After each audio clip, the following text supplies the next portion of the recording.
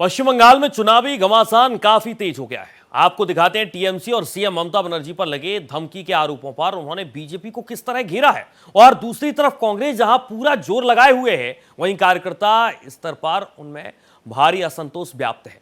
मालदा के पार्टी कार्यालय में ही आपसी घमासान हो गया। देखिए ऐसे में बीजेपी की शुभेंदु अधिकारी किस तरह ममता दीदी को टक्कर दे रहे हैं।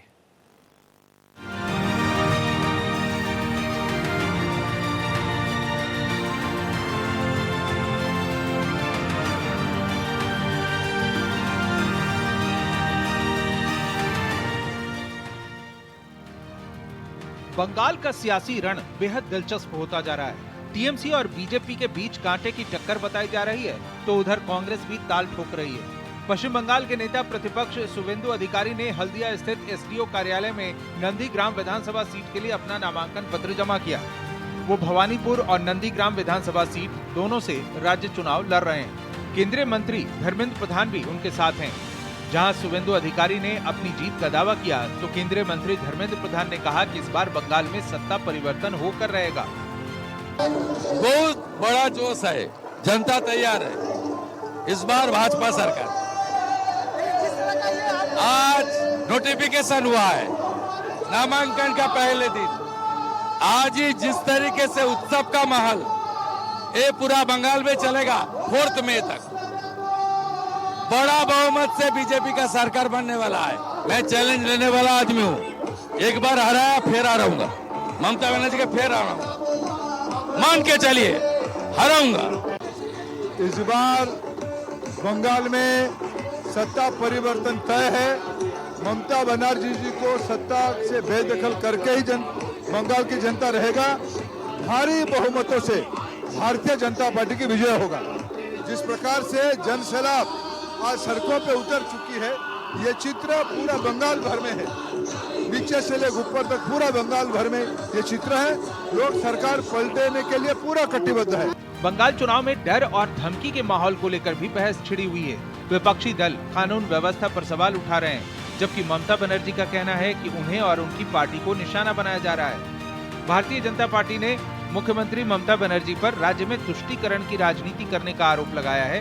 केंद्रीय मंत्री किरण रिजिजू, केंद्रीय मंत्री सुकांत मजूमदार और केंद्रीय मंत्री पीयूष गोयल ने बीजेपी प्रतिनिधि मंडल के साथ चुनाव आयोग से मुलाकात की और याचिका सौंपी, जिसमें उन्होंने आरोप लगाया है कि ममता बनर्जी चुनाव प्रचार के दौरान वोटर्स को धमकी दे रही हैं।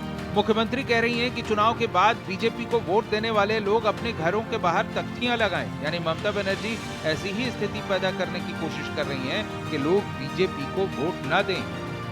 जबकि पश्चिम बंगाल की मुख्यमंत्री ममता बनर्जी की तरफ से खुद की हत्या होने की आशंका वाले आरोप का विपक्ष के सांसदों ने समर्थन किया है। ममता बनर्जी ने चुनाव आयोग और बीजेपी को एसआईआर पर भी लपेटा है।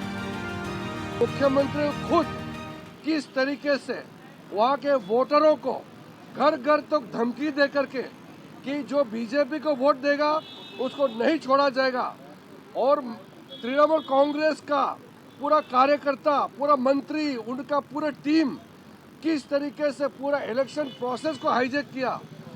पश्चिम बंगाल में जितना अधिकारी है, वरिष्ठ अधिकारी से लेकर के नीचे स्तर का पूरा को तृणमूल का कांग्रेस वर्कर टाइप बना करके जो हाईजैक किया गया है, उसका चिंता व्यक्त करते हुए हमने डिटेल में और साथ साथ में इलेक्शन कमीशन को हमने दरखास्त किया है कि चुनाव फ्री एंड फेयर होना चाहिए। এটা vanish game plan, BJP vanish washing মেশিনের গেম প্ল্যান। মানুষের ভোটাধিকার কেড়ে নিয়ে পরে বলবে আপনারা get out and get lost. আমরা বলি BJP get out and get lost. उधर बंगाल विधानसभा चुनाव को लेकर कांग्रेस पार्टी की मुश्किलें काफी बढ़ गई हैं। राज्य की सालबोनी विधानसभा सीट से घोषित प्रत्याशी अरूप मुखर्जी के खिलाफ कार्यकर्ताओं ने मोर्चा खोल दिया। विरोध के तौर पर कार्यकर्ताओं ने पार्टी ऑफिस में ही खूब तोड़फोड़ मचाई, हंगामा किया। दरअसल पश्चिमी मेदिनीपुर की सोलबोनी विधानसभा सीट को लेकर पार्टी की मुश्किलें काफी बढ़ गई हैं। जहां से केंद्रीय नेतृत्व ने अरूप मुखर्जी को उम्मीदवार बनाया, तो वहीं स्थानीय कार्यकर्ताओं में विधायक उम्मीदवार के प्रति जो असंतोष था वो सामने उभर कर आ गया। हालांकि कांग्रेस ने बंगाल चुनाव के लिए 284 उम्मीदवारों की जो सूची जारी की है, उसमें तमाम दिग्गजों को आजमाया जा रहा है। अधीर रंजन चौधरी से लेकर मौसम नूर तक पर दांव खेला गया है। कांग्रेस ने अपने 284 उम्मीदवारों में 68 दलित समुदाय के प्रत्याशी उतारे हैं तो 64 मुस्लिम कैंडिडेट। इसके अलावा 16 अनुसूचित जनजाति से हैं तो 42 महिलाएं, जिसे लेकर माना जा रहा है कि कांग्रेस ने बंगाल चुनाव में सोशल इंजीनियरिंग का सहारा लिया है। एक बड़े चेहरे के तौर पर कांग्रेस ने अधीर रंजन चौधरी को मुर्शिदाबाद के बरहमपुर विधानसभा सीट से उतारा है। पिछले 5 टर्म में मैं यहाँ लोकसभा में जीतते आ रहे हैं। ये तो नई जगह तो नहीं है मेरे लिए। इतने सालों तक मैं लोकसभा में चुनाव लड़ते थे, इस बार हार गए तो पार्टी ने मुझे कहा हारे तो क्या है, दोबारा शुरू करो विधानसभा चुनाव में। मैं पार्टी का फौज हूँ, मुझे लगा कि पार्टी के हिदायत मुझे मान के चलना चाहिए, बस इसलिए उतर गए। क्या लगेगा और कितना कॉन्फिडेंट है आप? ये वो बाद में पता चलेगा। जब लड़ते हैं तो जीतने के लिए लड़ते हैं, किन मुद्दों पे? हारने के लिए कोई लड़ते हैं। इस मुद्दे क्या मुद्दे? किन मुद्दों के साथ कांग्रेस? अरे यहाँ मुद्दे की कोई अभाव है क्या? जो सारे देश में कांग्रेस का मुद्दा है वही मुद्दा है यहाँ पर। सवाल है कांग्रेस किसका खेल खराब कर सकती है, ममता का या बीजेपी का? जबकि कांग्रेस के विरोधी कहते हैं कि तुरुप का इक्का बनने की कोशिश कर रही कांग्रेस को ममता और बीजेपी की टक्कर के बीच टिकना भी मुश्किल है। Bureau report, Bharat express.